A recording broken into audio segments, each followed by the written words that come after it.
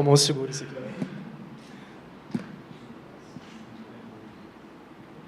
Então, boa tarde, boa tarde. Como todo mundo sabe, meu nome é Mário, eu sou um dos organizadores aqui do Behance, junto com essa galera, tá todo mundo aqui. E essa está sendo a minha última edição como host e organizador. E quando a gente estava montando as palestras, quem poderia falar, surgiu essa possibilidade que eu podia falar sobre projetos pessoais e sobre o Behance também, sobre a minha relação com organizando esse evento aqui em Brasília. Então, novamente, meu nome é Mário, eu também sou conhecido como Mário Gog, mas isso não é meu sobrenome, isso é um apelido de infância que incorporei. Eu fiz artes plásticas, então eu tinha que ter um nome diferente que não fosse Mário Brito, né? Eu tenho concorrência com o Romero Brito, e que não ia ser legal. E eu vou falar sobre projetos pessoais. Novamente, o Behance, para mim, sempre foi um projeto pessoal. Eu acabei, nas primeiras edições, eu comecei a organizar, eu vi uma possibilidade que eu podia aproveitar esse evento também, até para crescimento pessoal, né? E, começando, acho que uma grande pergunta, né? Por que para um designer, por que para um ilustrador é interessante você investir seu tempo, seu tempo livre em projetos pessoais? Então, vamos lá. É importante eu contar um pouco disso e falar um pouco do meu background, principalmente porque, como eu falei, eu não sou formado em artes plásticas. Desculpa, não sou formado em design. Eu sou formado em artes plásticas. Antes de me formar, eu fiz 2 cursos técnicos no Senai, de web design e graphic design. Cheguei a trabalhar numa gráfica rápida, assim, que foi minha primeira experiência, e foi uma experiência horrível. Durou um mês, eu fui despedido no último dia. E, ao mesmo tempo, um amigo meu, ele estava ilustrando, fazendo umas ilustrações bem legais. Ele me convidou para a gente montar um estúdio de ilustração, que era o Ashura, Ilustrações e Afins. E isso foi em 2004, 2005, faz algum tempo. Naquela época, a gente, para ir nas agências de publicidade apresentar nosso trabalho, a gente montou um CDzinho executável em Flash. Tinha uma apresentação, a gente ia nas agências e distribuía.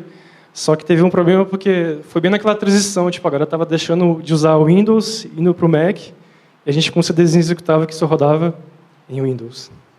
Aí acabou que tem gente que não conseguiu ver, e a galera que viu até gostou do nosso trabalho e acabou chamando a gente para fazer alguns trabalhos, mas como é agência de publicidade, a gente não tinha muito ritmo, né, que era tudo para ontem, não funcionou muito bem, mas, por outro lado, por a gente ir nas agências apresentar nosso trabalho de ilustração, a gente recebeu pedidos para trabalhar lá nessas agências também.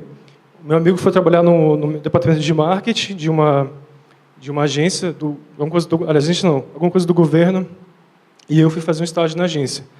E, ao mesmo tempo, eu comecei a fazer faculdade de artes visuais na Dulcina. E na Dulcina teve uma coisa interessante, que era um curso de licenciatura. E se num curso de licenciatura você tinha poucas aulas práticas. E eu tive um professor, que foi falecido, né, o Gustavo Magalhães, que ele, na primeira aula prática que eu tive, ele falou, cara, aproveita essas aulas que vocês vão ter de aula prática para fazer uma quantidade de trabalhos que vocês puderem, façam bastante séries, para quando vocês precisarem sair da faculdade, ou até mesmo durante o curso, já participar de exposições e participar de eventos de design, ilustração e tudo mais.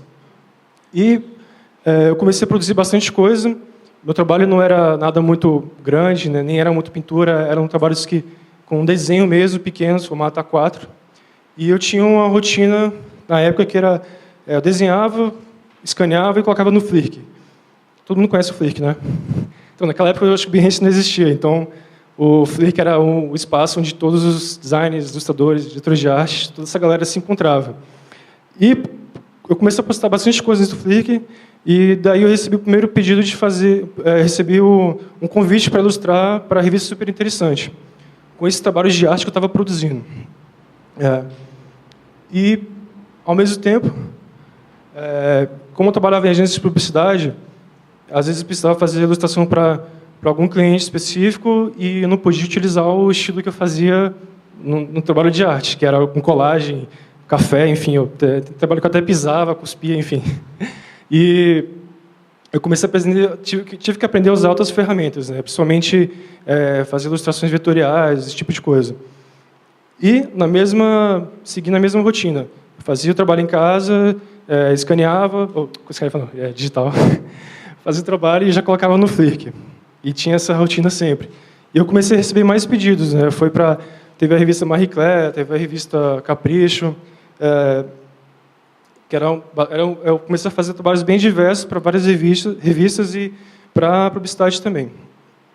E, vamos lá, já eram 3 anos que eu estava sendo estagiário nessa agência e, cara, era uma agência de varejo, eu não falei isso, né? Uma agência de varejo, a gente fazia o tabloide do Comper, por exemplo. Então, eu passava o dia, às vezes eu recortava, sei lá, 100 fotos por dia, às vezes tinha que tirar foto na agência. E aquilo estava muito chato, não estava mais aguentando, tipo, queria fazer um trabalho um pouco diferente, queria ter uma experiência diferente, e fiz o que todo mundo faz, que é rodar a pasta do mercado.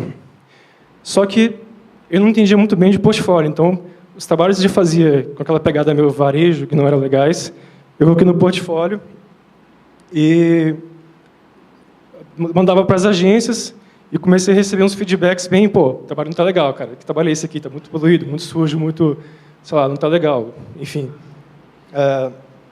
Eu não lembro o nome da agência, mas eu fui fazer uma entrevista uma vez e o diretor dessa agência, o dono da agência, falou, cara, tenta limpar esses trabalhos, dar uma refinada, não põe o trabalho que o cliente aprovou, o trabalho que você acha que está legal. Geralmente eu fazia coisa muito poluída mesmo, né? Então, ele falou, cara, dá uma refinada, limpa essa parte aqui, faz os trabalhos mais fantasmas também. Eu, pô, que negócio é esse trabalho fantasma? Que parada é essa? Eu só vou descobrir isso depois, que, tipo... bem, tem essa tirinha para explicar isso melhor, do Rômulo, Maldito Designers. O trabalho fantasma, geralmente, é um trabalho que você aprende fazendo na faculdade, que é para algum cliente específico, onde você coloca... É um trabalho mais criativo, é um trabalho que, geralmente, as agências colocam para prêmios, é um trabalho que o designer coloca também no portfólio, é uma peça que não necessariamente ela precisa ser aprovada. É uma peça que você faz para vender, para mostrar o seu trabalho. Aí, legal. Voltei para a agência de propaganda, consegui vagas em outras agências e, novamente, cara, comecei a ficar tudo muito chato. Essa rotina de ficar fazendo só campanha, anúncio e tal, não estava me agradando, porque eu comecei a me identificar mais com o processo de trabalho de design mesmo, né? Como designer. E eu comecei a aproveitar algumas oportunidades que iam surgindo nessas agências que eu estava trabalhando. Por exemplo, a agência precisava trocar de endereço e ia para um lugar novo, precisava fazer uma decoração da agência. Aí eu ia lá e jogava uma apresentação para mudar a logo também. Tipo, eu comecei a fazer essas propostas de brand e identidade para essas agências. E o que aconteceu é que todas as agências que eu já trabalhei, aliás, quase todas, eu fiz trabalho de brand dessas agências. E tem outra história legal também, que todas essas agências que eu já passei, ou eu fui demitido depois de fazer o brand novo, ou eu acabei saindo, né? Então, se eu fizer qualquer brand para uma agência nova, é porque eu vou sair e vou ser demitido. Então, recapitulando, nessas minhas experiências, eu descobri 3 coisas em comum, que foi fazendo trabalho de arte, produzindo ali, criando uma rotina de publicar no meu Flickr. Eu acabei recebendo convites para ilustrar em revistas. Ao mesmo tempo, eu precisei aprender outras técnicas. E, novamente, seguindo a rotina de publicar, de mostrar meu trabalho, eu recebi mais convites. E, em agência, eu descobri que eu podia fazer propostas mesmo, né? Fazer trabalhos mais proativos, no sentido apresentar, mesmo se eles não aprovassem, porque tá bom para mim, é isso que eu gosto de fazer, e se funcionar, ok, se não funcionar, beleza. E essas três coisas têm em comum, e que eu gosto de chamar de projeto. Porque se envolve o tempo que eu vou fazer em casa, se envolve um estudo, se envolve uma dedicação em cima disso, eu gosto de chamar de projeto. E aí, literalmente, projeto, né, é um desejo, é uma intenção de fazer ou realizar algo, você traçar um plano para desenvolver alguma coisa, no futuro ou para agora, né? E eu separei alguns pensamentos que são bem legais, de algumas pessoas que eu admiro o trabalho e os pensamentos e tudo mais. Nesse caso, vou só respirar um pouquinho. Nesse caso, é o Tobias Schneider, ele é lead designer do Spotify. Ele tem essa frase que é bem legal, que o portfolio is not the work you did, but the work you are going to do next. É o que faz todo sentido, né? Eu tenho uma experiência bem legal nesse sentido, que eu sempre trabalhei em agência fazendo direção de arte e basicamente design gráfico, né, impresso. E eu estava querendo migrar para fazer aplicativo, para trabalhar com web design. E, cara, eu não tinha isso no portfólio. Então, novamente, aproveitei, a agência estava mudando de nome, eles tinham lá 4 nomes que eles escolheram, eu sentei na cadeira e comecei a fazer as 4 identidades, e propondo a parte de web design, que não era necessário mostrar, mas vou fazer. E consegui mostrar isso depois numa entrevista, e hoje eu trabalho na Startae, que é uma não sei dizer, agência digital que starta projetos para outras empresas, né? E tem essa outra frase que eu acho legal do Shia LaBeouf. Mas seja a brincadeira desse vídeo que rolou, cara, todos esses projetos pessoais, projetos, enfim, essas coisas que você tem que fazer, essas intenções que você tem para fazer, você tem que fazer. Não adianta ficar, vamos dizer assim, você hoje pode sair daqui inspirado, porque vão ter mais 3 palestras que estão bem legais aí. Você vai chegar em casa, vai sentar no sofá e vai ligar o PS4, PS3, sei lá. Eu também faço isso, comum, todo mundo faz isso. Mas se você quer fazer, se você pretende fazer alguma coisa se você quer trabalhar em alguma coisa no futuro, se você não está gostando do seu trabalho, não está gostando do que você está fazendo agora, cara, tem que fazer. Senão, sonho vai ser apenas sonho, né? Do it. Tem essa outra frase da Perestroika, que eu acho que é bem legal. Eu não sei se é o slogan, não sei quem da pessoa que fez essa frase, mas vai lá e faz. Simples, né? Simples assim. Tipo, eu acho que, para mim, do Behance foi muito isso. A gente começou organizando junto com o Rabiscão Ilustrado, que era outro evento que eu também participava, e eram 4 pessoas organizando. Depois ficou eu e o Reinaldo, e depois ficou só eu e o Reinaldo mesmo, não tinha que fazer, cara, a gente tinha que fazer. Tinha que fazer, então a gente foi lá e fez. Então, resumindo, é bem isso, é bem legal essa frase. E o mundo pertence a essas pessoas, não adianta. Se você não faz, não faz. Use suas mãos, né? Essa é uma frase do livro do Austin Kleon, que é bem legal. Esse cara ele se define como um artista, escritor, e um escritor artista, porque ele tem 2 livros bem legais, que é Still Like an Artist e Show Your Work. E eu peguei esse pensamento que é bem legal, que às vezes a gente fica muito preso ao trabalho que a gente faz no computador, a ficar sempre ali na mesa do desktop, que a gente tem várias ferramentas, mas às vezes ir para o papel mesmo, rabiscar, fazer alguma coisa fora do computador é bem interessante. Acho que, novamente, vocês vão ver, eu vou dar um spoiler, vocês vão ver bastante isso na apresentação da Raquel e do Antônio, que está bem legal. E, por último, Show Your Work, da mesma pessoa, Austin Kleon. Não adianta nada você pensar em fazer projetos e ficar numa gaveta, ou ficar no seu portfólio ali bonito, decorando, se você não compartilha. Não só compartilhar, né? Não é só o share ali do Facebook, mas eu digo de você contar histórias, mostrar o seu processo, mostrar como você chegou naquele pensamento. E, aproveitando esse gancho, eu vou mostrar alguns trabalhos que eu desenvolvi esse ano recentemente. Eu acho que é uma dica também para quem quer começar a desenvolver mais projetos pessoais e às vezes não tem muita ideia do que fazer. Existem muitos projetos que seriam, não sei se seriam colaborativos, mas eles são abertos à comunidade, a você participar. Esse, no caso, é o 36 Days of Type. São 2 espanhóis que eles fizeram um site bem simples e eles convidam as pessoas para fazerem, terem essa rotina criativa de 36 dias desenvolverem letterings, né, e types e postar no Instagram, por exemplo. E eles eles têm um calendário específico, você pode seguir ou não, isso é a sua escolha. E, para mim, esse projeto, quando eu entrei, a ideia era fazer bastante coisa que envolvesse materiais alternativos. Eu consegui fazer algumas coisas.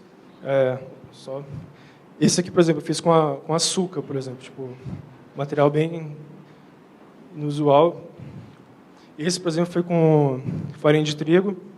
Lógico que depois eu fiz uma gambiarra ali no Photoshop para deixar diferente. Esse outro foi com giz, foi na parede lá de casa e tal. Eu comecei a fazer trabalhos que não fossem exatamente só no computador, mas, inevitável, tempo é uma coisa que a gente tem que criar. E eu estava sem tempo na época e, cara, estava sempre no computador, vai no computador mesmo. Então, e a minha ideia era sempre passar 1 hora, no máximo 1 hora, desenvolvendo esses trabalhos para postar no mesmo dia.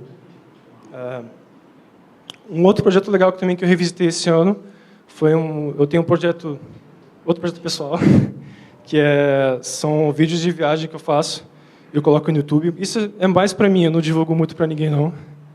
Daí, eu fiz um curso no Skillshare com o James Victory, que é um designer, artista lá do Brooklyn, de Nova York. E esse cara, o curso dele era sobre radical lettering, né? Que é você novamente, usar materiais, brushes diferentes para você fazer os letterings. Que, volta e meia, a gente faz os letterings muito bonitinho, aquela coisa certinha. E aqui, ele ensinava você, cara, apenas brinca, just play. Usa os materiais que você tiver, não se preocupe tanto com a perfeição. Daí, eu atualizei essas capas pro YouTube. Opa. Acho que passou aqui. E aproveitei também para fazer uns letterings mais animados também, para esses vídeos. E são um dos lugares que eu visitei. Esse projeto é um projeto de um projeto de um projeto, porque tem a ideia de você viajar, fazer a filmagem, fazer a fotografia e depois fazer o lettering por cima. Então, é um trabalho em três etapas, né?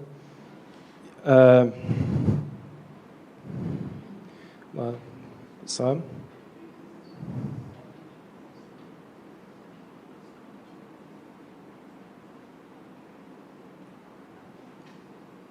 Aí, vocês podem ver, no curso mesmo ele fala isso, para a gente não se preocupar tanto com a perfeição. E eu gostei bastante desse processo, porque eu aproveitava muito o brush sujo, né, do trabalho para mostrar. Porque quando você escaneava isso, ficava uma textura bem legal, bem interessante. Depois do trabalho, ficava essas falhas, eu achava bem interessante, eu continuei sempre fazendo isso. E, novamente, o Behance, talvez é um projeto que já estou 4 anos já, né, organizando aí, junto com o Reinaldo. Agora a gente chamou outras pessoas para participarem também, porque e a gente sempre tenta trabalhar uma identidade diferente todo ano, né? Acho que começou mais na 5ª edição, né, que a gente começou a se preocupar mais com a identidade desse evento. E para a gente também desenvolver coisas novas. Na época eu queria trabalhar mais com vídeo, então essa dessa edição, né? Eu estou falando do outro trabalho que eu vou mostrar na frente. Tudo isso é feito no mocap, não é nada baixado da internet, não tem nada disso.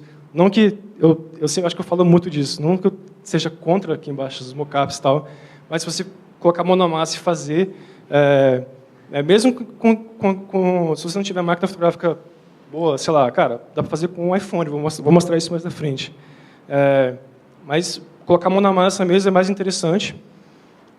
Por exemplo, essa edição foi a 5ª edição, acho que foi a edição que o Daniel falou também. E eu estava na hora do almoço do trabalho, cara, tinha que fazer esses posters. Cara, não estava com a câmera, estava com o celular, um iPhone 4. Inventei essa gambiarra de deixar o celular na tela. Coloquei uma tela verde no iMac, lá eu fiz um chroma key e tirei a foto e saí editando para transformar nesses posters, né? Aí foram 3 e eu comecei a trabalhar nessas animações também para os vídeos. Acho que foi a primeira que teve video teaser, né? A gente começou a fazer um monte de coisa para promover o evento acho que um mês antes do evento, né?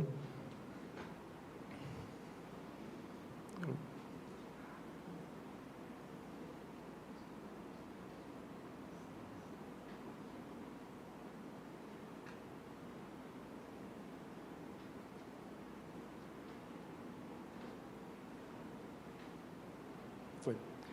Daí, finalizando aqui o meu talk, eu deixo essa pergunta que vem lá daquela frase do Tobias Schneider, que é: que tipo de projeto você deseja fazer no futuro? Seu portfólio não precisa ser o trabalho que você fez ou só o trabalho que foi aprovado pelo cliente. Invista mesmo em projeto. Acho que todo mundo, quando a gente gosta de alguma coisa, a gente tem paixão por alguma coisa, é legal a gente desenvolver, debruçar mais, passar mais tempo em cima disso. Então, é esse o recado que eu deixo. É essa pergunta, né? Novamente, que tipo de projeto você deseja fazer no futuro? E um outro projeto que eu tenho, eu comecei a fazer uma newsletter tipo, para compartilhar mesmo os trabalhos que estou fazendo, pensamentos, enfim, livros que eu leio. Então, quem quiser se inscrever, é só entrar nesse endereço. Não tenho a data certa para seguir, sempre quando eu puder fazer. Então, se alguém se inscrever e ficar esperando, paciência. E é isso. Muito obrigado.